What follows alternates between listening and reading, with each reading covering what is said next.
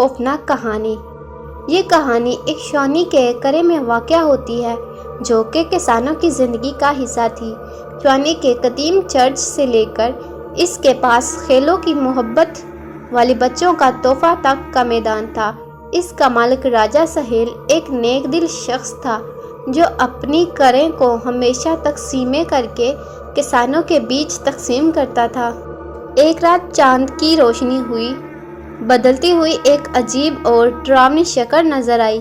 یہ شکل ایک آدمی کی شکل میں تھی، لیکن اس کی آنکھیں خونی سیاہ اور اس کی جلد سیاہ رنگ کی تھی۔ چاند کی روشنی میں وہ شکل شوانی کی میدان میں پریشانی میں چھپ کر آئی اور چرچ کی طرف تجاویز کرنے لگی۔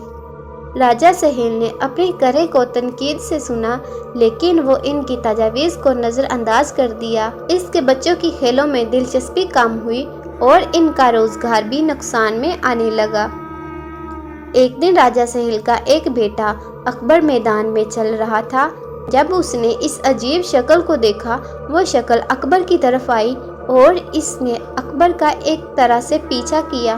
اکبر بھاگتے بھاگتے شوانی کے چرچ تک پہنچا، لیکن وہ شکل بھی اس کے پیچھے پیچھے آئی۔ چرچ میں داخل ہونے کے بعد اکبر نے چرچ کو چیخ کر سنا۔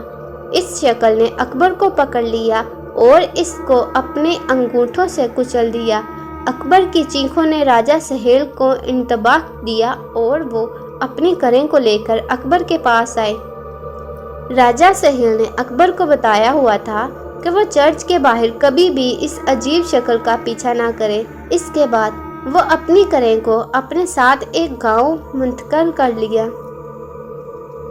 راجہ سہیل نے اپنے بچوں کو داخل ہونے سے روکا۔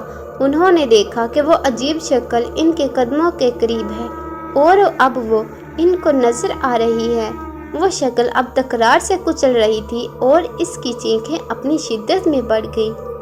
راجہ سہیل نے اپنے بچوں کو اس عجیب شکل کے حق میں سنگین اقدار کا فیصلہ کرنے کی اجازت دی۔